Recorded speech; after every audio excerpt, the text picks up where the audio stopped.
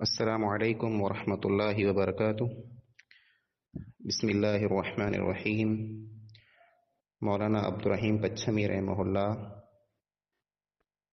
पंहिंजो 7 एपिसोड तव्हांखे साम्हूं पेश करे अचे थो। इन एपिसोड में उणिटाणे इलाक़े जा हालात कहिड़ा हुआ तंहिंजे बारे में इंशाअल्लाह गुफ़्तगू थींदी। मौलाना अब्दुल रहीम पच्छमी रहमहुल्लाह जेको अज़ीम कम दावत ऐं तबलीग जो कयूं, दीन जी ॻाल्हि घर घर सुधी पुॼायूं, ही केतिरो मुश्किल कमु हो तंहिंजो अंदाज़ो पाणखे तैर थींदो जर पाणखे ख़बर पवंदी जो उणिटाणे पंहिंजे बनी पच्छम जा अने सिंध जा हालात कहिड़ा हुआ। हालात केतिरा मुश्किल हुआ। तंहिं हूंदे मौलाना अब्दुल रहीम पच्छमी रहमहुल्लाह दावत अने तबलीग जो कमु हर क़ौम सूदी, हर क़बीले सूदी अने हर इंसान सूदी पुॼायूं। बनी अने पच्छम तंहिंजे हालात जे बारे में पहिरीं ख़बर ॾिने अचे थी। बनी अने पच्छम जो इलाइक़ो बिल्कुलु बयाबान इलाइक़ो हो। रस्ता समूरा कच्चा रस्ता हुआ।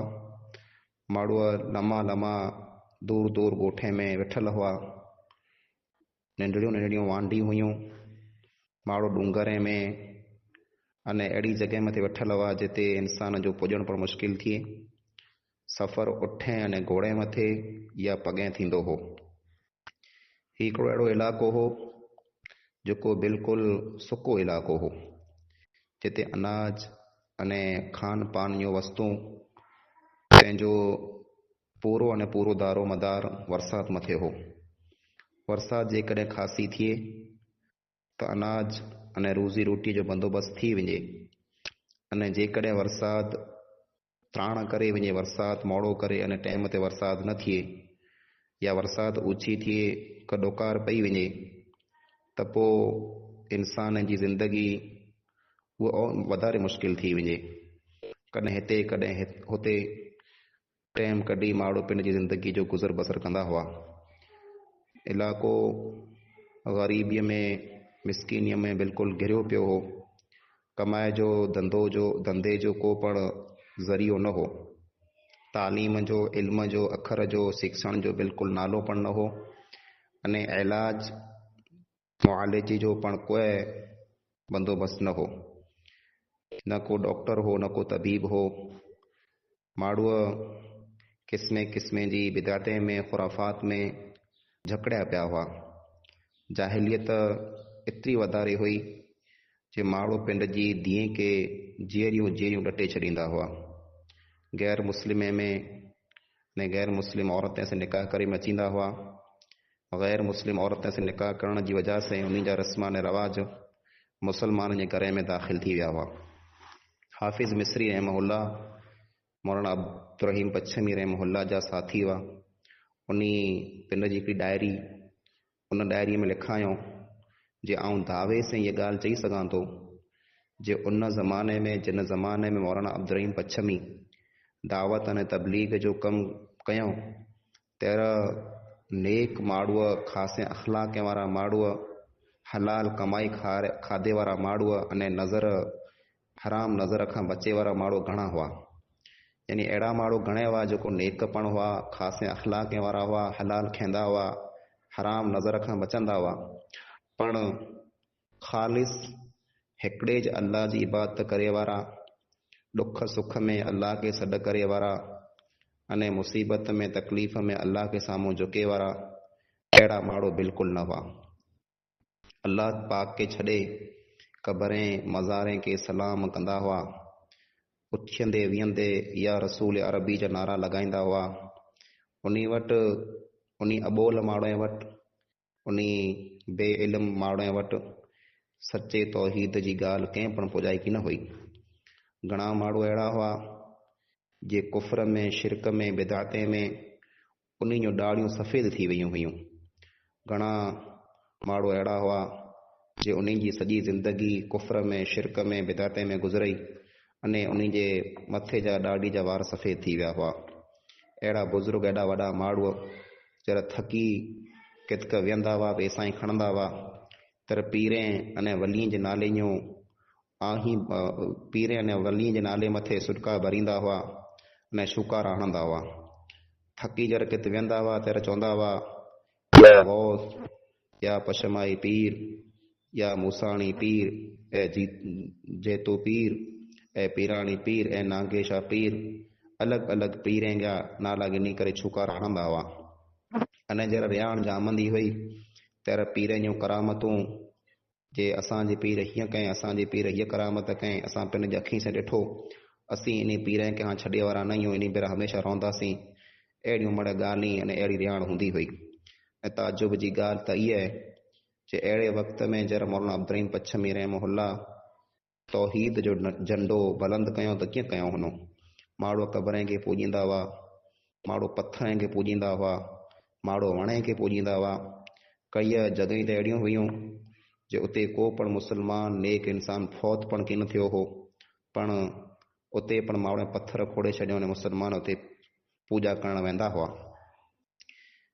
पच्छम में उत्तर पासे में हिकिड़ो वॾो डूंगर आहे जंहिंखे कारो डूंगर चवाजे थो। उन मथे पच्छमाई पीर जे नाले सां दरगाह हुई। उते हिकिड़ो पथर लॻल हो, उन पथर मथे ॿी पॻे जा निशान हुआ। इन पथर वटि अने इन दरगाह वटि हिंदू मुस्लमान मड़े सरखा वेंदा हुआ अने पूॼा कंदा हुआ। हिकिड़ी रस्म इहा पण हुई जे पच्छम सॼे इलाइक़े में सांझी जो जर टाइम थींदो हो, खाधे जो टाइम थींदो हो, तर मड़े माण्हूअ पच्छमाईअ खे साम्हूं मों करे अने हिकिड़े पग मथे उभियंदा हुआ। पोइ पच्छमाई जेको आहे, हिन पच्छमाई जी डूंगर मथे हिकिड़ो सामी हूंदो हो, उहो उते टांडो ॿारींदो हो। त जर टांडो ॿारींदो हो ने टांडो उंझी वेंदो हो त इन पुठियां माण्हू मानी खाईंदा हुआ, तेसि ताईं मानी की न खाईंदा हुआ। अहिड़ी हालत हुई जे पच्छमाई जी पीर मथे टांडो ॿरे त माण्हूअ जीअं पच्छमाई पीर, जीअं पच्छमाई पीर ई नारा लॻाए करे हिकिड़े पग मथे उभियंदा हुआ अने पोइ जब टांडो उंझी वेंदो हो ત્યારે मानी खाईंदा हुआ। इन विच में नंढड़ा मासूम बच्चा रणी कई रुए बुख जे कारण त पण उन खे मानी की न खाराईंदा हुआ कि असांखे अञा पच्छमाई पीर जी रजा न मिली। तंहिंजे बारे में हाजी अहमद मल्ला चयो हो, पीर पच्छमाईअ जी पूॼा हुई पच्छम में आम जाम, पीर पच्छमाईअ जी पूॼा हुई पच्छम में आम जाम, कई समा तंहिंजा सलामी पिया कंदा हुआ राम राम, मच ॾिसी कुनियूं कयाई पोइ सामीअ जो सलाम, दर तिन खे दावर जो ॾेखारियो मौलवी अब्दुर्रहीम। ईअं जेको मूसाणी पीर जेको रतड़ी ॻोठ में हो, उते पण मुस्लमान हिंदूअ मिघवार मड़ सरखा अचींदा हुआ, पूॼा कंदा हुआ। मुस्लमान डूंगरे में जा देगी खणी, मुस्लमान डूंगरे में जा छाए खणी अने जेकी पण पुनी कंदा हुआ डूंगर मां मथे मथे खणी अने पॻे पॻे मूसाणी पीर मथे पुॼाईंदा हुआ। हिते जानवर ज़बा कंदा हुआ, क़ुर्बानियूं कंदा हुआ अने पीर जे नाले मथे हिक ॿिए खे खाराईंदा हुआ। ईअं हिकिड़ी दरगाह नागेशा पीर जी साधारा ॻोठ में हुई, जेको अॼु पण मौजूदु आहे दरगाह, उते पण मुस्लमान वञी करे क़ुर्बानियूं कंदा हुआ, चढ़ावा चढ़ाईंदा हुआ, नज़र न्याज़ कंदा हुआ। अहिड़ी हालत हुई जे माण्हूअ शिरक में बिदअत में बिल्कुलु गर्क थिया पिया हुआ। इंसान जेकॾहिं को घरेनू ॿाहिरि निकिरे अने पुठियां को इंसान उनखे सॾु करे या मिनी या कुतो अॻियां मटे वञे या गॾोड़ उल्टाणे भूके त उन में जा पण इंसान शक कंदा हुआ अने उन ॾींहुं को पण कमु की न कंदा हुआ जे अॼु मुंहिंजो कमु ख़ासो की न थींदो।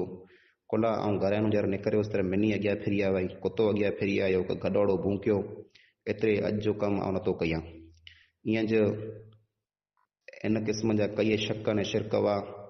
जुतीअ मथे जुती जेकॾहिं पई वे त पण शिरक कंदा हुआ, जे जुतीअ मथे जुती पई आहे, इन जो मतिलबु अॼु जो ॾींहुं ख़ासो की न वेंदो।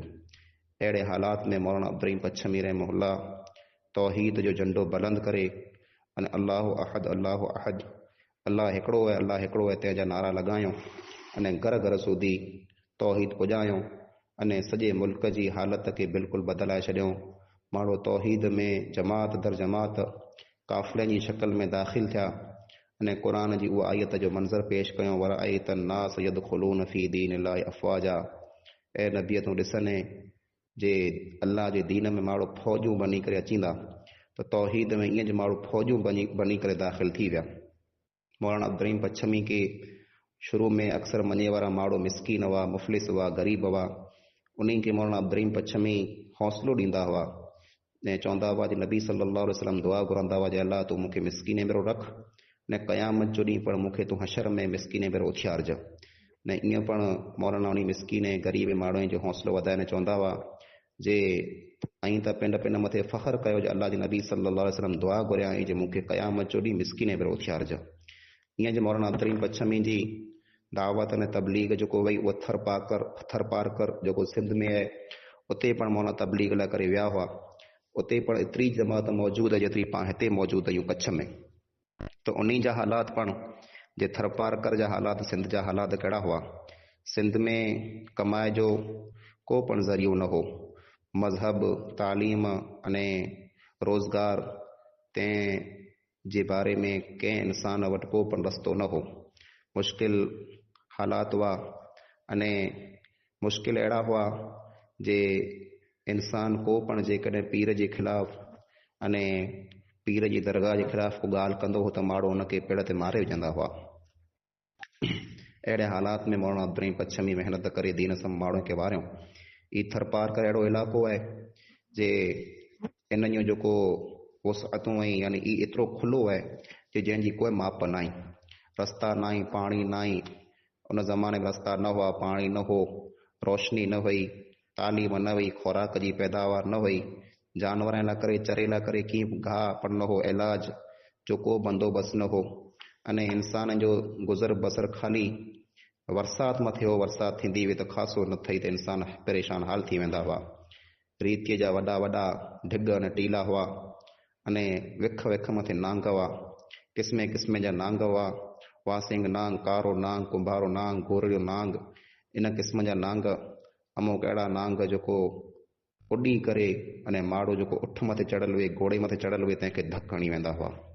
अहिड़ी हालात में, ॾुख जे हालात में, जे न पीते लाइ करे पाणी हो, न खाधे लाइ करे अनाज हो, न इलाज लाइ करे को डॉक्टर हो, न सब्ज़ी मिलंदी हुई, न को मेवो न फ्रूट मिलंदो हो। अने घर जेको हुआ कच्चा झोपड़ियूं अने गाहियूं न काठियूं बनायलूं, अहिड़ा हालात हुआ।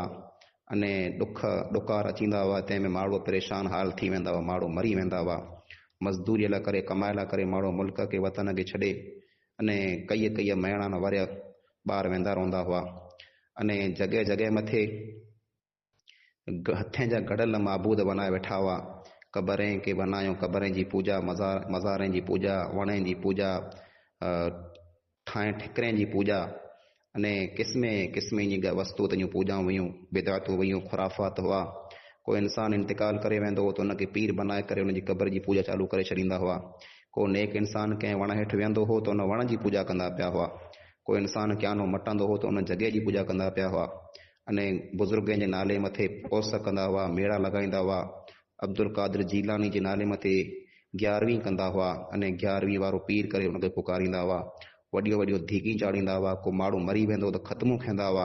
पोइ हुनजे नाले मथे 3 ॾींहं तीजो, 10 ॾींहं दसमूं अने 20 ॾींहं 20मूं, 40 ॾींहं 40मूं, इन नाले मथे कई खाधा खाईंदा हुआ। ईद मीलाद जे नाले मथे जुलूस कढंदा हुआ। घरे घरे में पीरनि जा आस्थाना हुआ। तावीज़ पीरे मटा पढ़ाइण, धागा ॿधी फिरंदा पिया हुआ। अल्लाह खां सवाइ ॿियनि लाइ करे कुर्बानियूं कंदा हुआ। मुहर्रम में मातम कंदा हुआ। मुहर्रम जे महीने में खीर की न पीअंदा हुआ।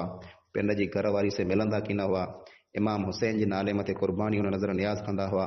इन क़िस्म जूं कई बिदअतूं हुयूं जंहिं बिदअत जे ख़िलाफ़ बोलणो गो। इन हालत में सम्झी लाहियो पिंड खे अज़ाब जे हवाले करणो अने पिंड मथे ॾुख जा डूंगर तोड़णा हुआ। पण तंहिं हूंदे मौलाना अब्दुर्रहीम महिनत करे, हिमत करे, कोशिशि करे न तौहीद जे झंडे खे बुलंद कयूं अने मुल्क खे जेको आहे मलीर कयूं। मुल्क सॼे खे अल्लाह के साम्हूं वारे छॾियूं। अस्सलामु अलैकुम वरहमतुल्लाहि वबरकातुहू।